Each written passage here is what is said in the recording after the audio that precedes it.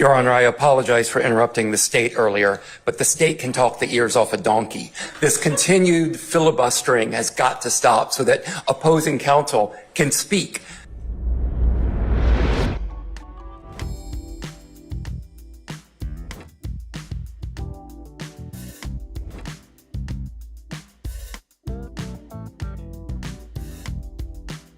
Past that objection.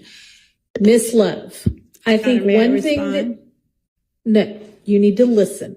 I think that one thing that needs to happen is when an objection is made and you are given an opportunity to respond and I make a ruling, even if that ruling is, please clarify, that you then need to obey what my order is instead of continuing to argue.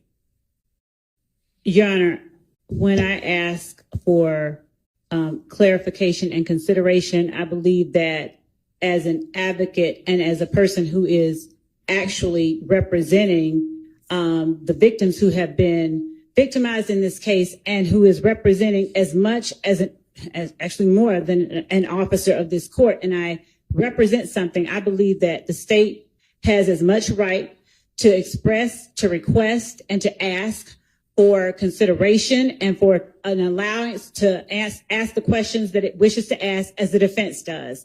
I believe, Your Honor, the objection that was made, and I understand what Mr. Shart said, but there are a couple of things at play here. One, Mr. Shart is well aware that Mr. Zachary has said that his client was with him. He has said it in the interview that I'm holding in my hand. He is not being honest with the court when he is claiming that Mr. Zachary had no idea what I was talking about. I literally said Shannon, Demikion, and Muktum, and I asked him how close he was with each of them. Right, and then we went from that to his girlfriend, and then it was not unreasonable, and the objection could just be, vague, but it was not unreasonable to object to make sure that it was clear what the question was, who the they was in the question.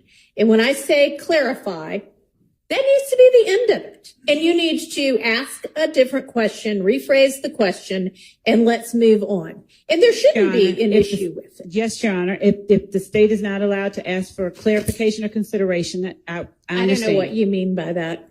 Your Honor, when I ask... A clarification of my ruling, is that what you mean? When I ask for permission beyond what the court has instructed, I did not know that I should not do that, so I won't do that anymore. That's not what was going on. You're basically, it seems to say, I'm asking permission to do something other than what the court has just ordered me to do. And so if that's what it is, then no, you cannot do that. If you need clarification of a ruling, then of course you can ask that. And if you want reconsideration, then you can ask for that. But that does not need to go on in front of the jury. When I make a ruling, obey the ruling and move on. Yes, Your Honor, and I'm sorry, I have to say something. For 2 years, I have watched the state, and specifically Ms. Love, anytime there's been a ruling against her, take the floor and argue every single time and filibuster.